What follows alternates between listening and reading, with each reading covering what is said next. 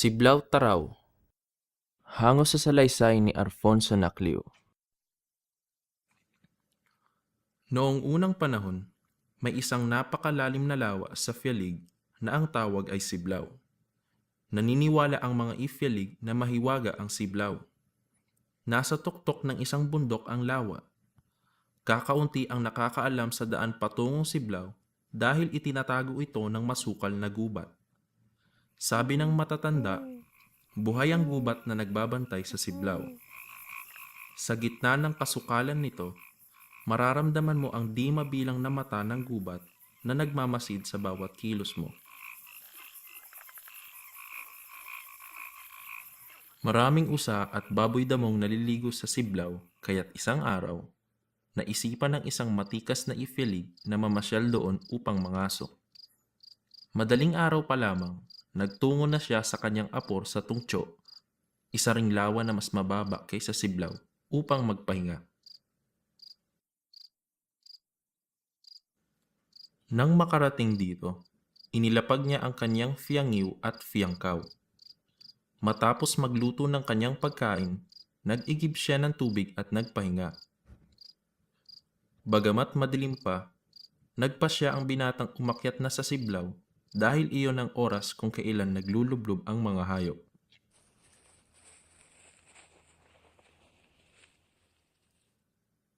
Nang makarating sa Siblaw, may nakita siyang mga usa.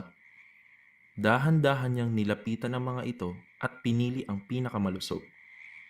Tinamaan niya ito ng kanyang fiyangkaw, binuhat at dinala sa kanyang apor.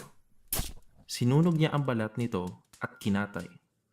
Sa tagal ng pagkatay, gabi na nang matapos siyang kumain.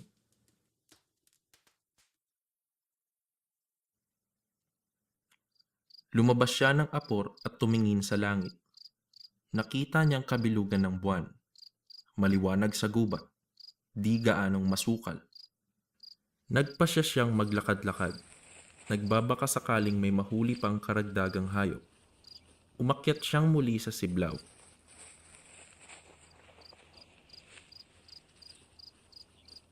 Habang naglalakad, may narinig siyang nagtatawanan. Tinig ng mga babae. Nang tuntunin niya ang kinaroroonan ng mga tinig, nalaman niyang nagmumula sa Siblaw ang mga ingay. Naliligo ang mga babae. Mga nakahubad.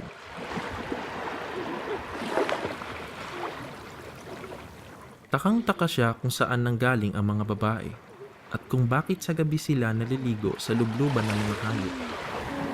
Pinanood lamang niya ang mga ito habang naliligo at pagkatapos ay nagtungo na siyang muli sa kanyang apor. Hindi siya nakatulog sa kaiisip sa kanyang nakita.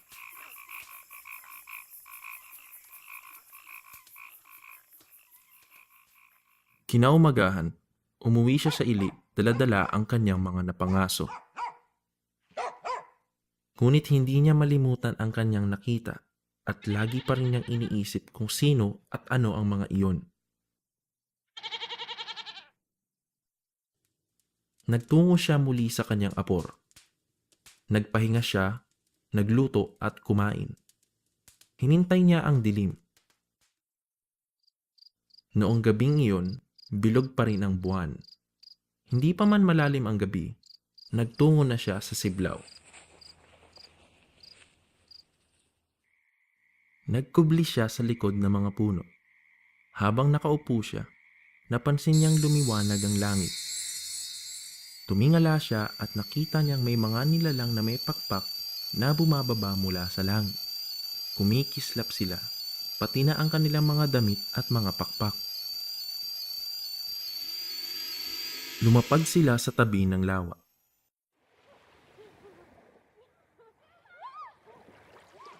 Nagsimula silang maghubad.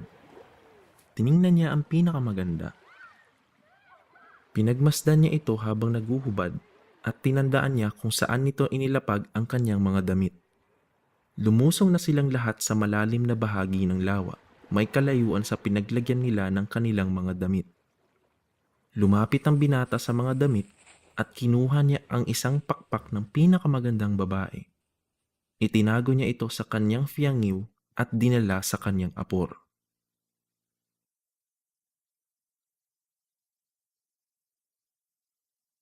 Nang sumapit ang madaling araw, bumalik siyang muli sa Siblao.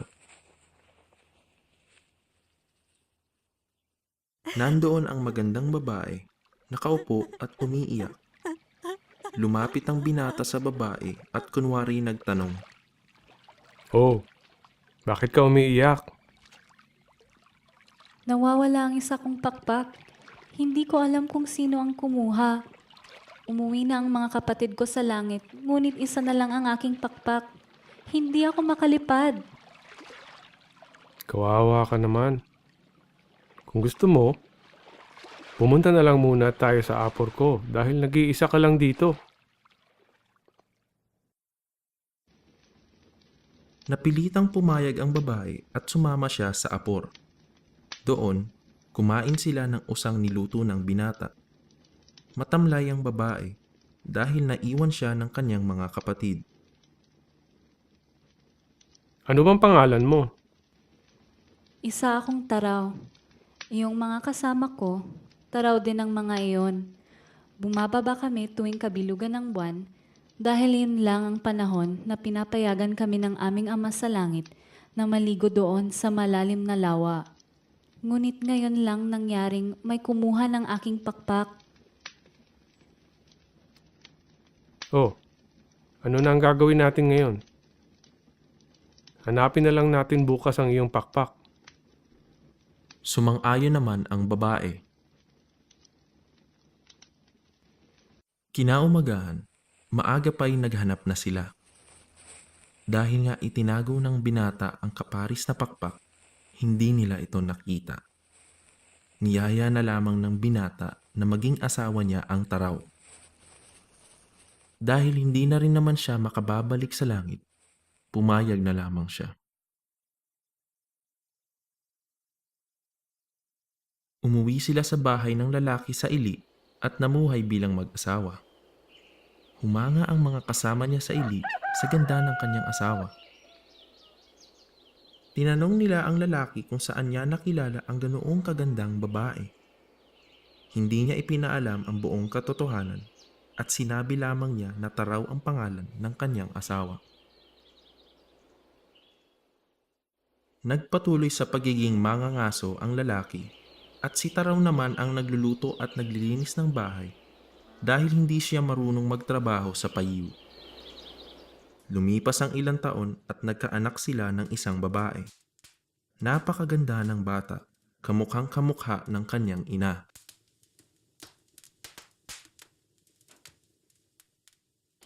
Isang araw, nang umalis ang kanyang asawa para mangaso, naglilinis si Taraw nang mapansin niyang mayroong nakatagong fiyangiw sa may kisame ng bahay.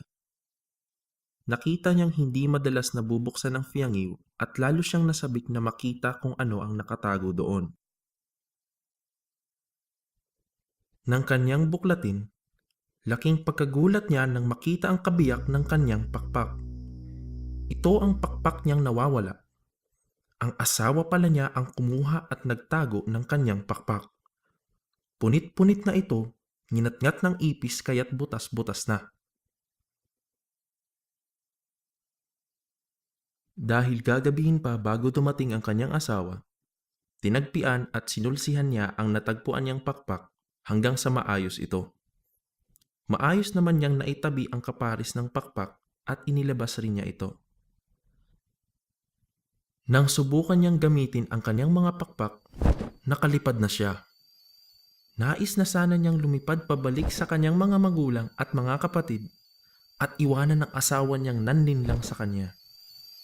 Ngunit napalingon siya at nakitang napakaliit pa ng kanyang anak. Dala ng awa, bumalik siya upang hindi maiwanan ang kanyang sanggol. Nagpasya siyang hintayin umabot sa hustong gulang ang kanyang anak bago siya lumisan papuntang langit. Ibinalik niyang muli ang kaparis na pakpak sa fiyangiw at itinagong muli sa kisame. Paminsan-minsan, tinitingnan din pala ng asawa niya ang fiyangiw.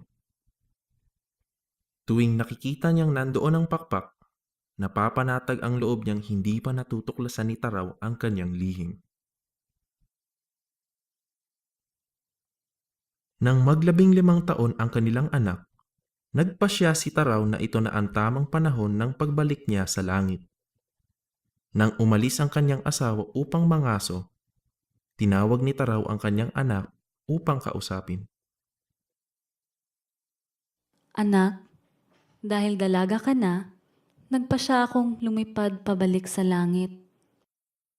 Nagulat ang kanyang anak nang makitang may pakpak ang kanyang ina. Bakit? Anong uring nilalang ba kayo? Isa akong talang bumaba dito sa lupa upang maligo lamang sa Siblao. Ngunit hindi ko alam na ng araw na yon, kinuha at itinago pala ng iyong ama ang isa kong pakpak. Kaya't hindi na ako nakabalik sa langit at napilitan akong maging asawa niya.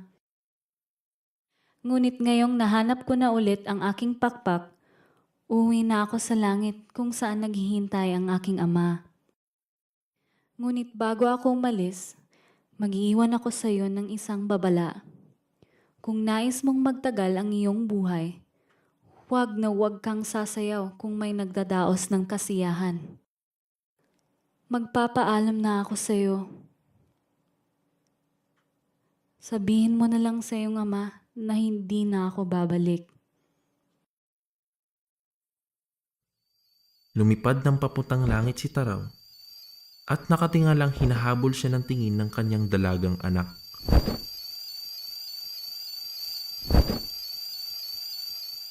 Nang magbalik ang kanyang ama mula sa pangangaso, napansin nito ang kakaibang katahimikan sa kanilang bahay. Nang tawagin niya ang mag-ina, ang anak na lamang niya ang lumabas. Sinabi ng dalaga sa kanyang ama na umalis na ang kanyang ina at hindi na babalik. Sinabi rin niyang lumipad ito papuntang langit at alam na niya ang lahat ng mga pangyayari. Nagulat ang ama at agad niyang tiningnan ang Fiangyu kung saan nakatago ang pakpak.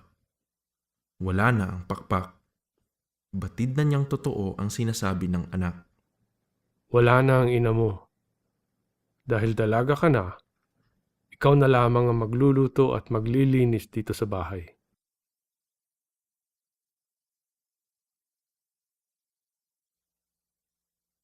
Isang araw, may nagdaos ng kasiyahan sa Fialig.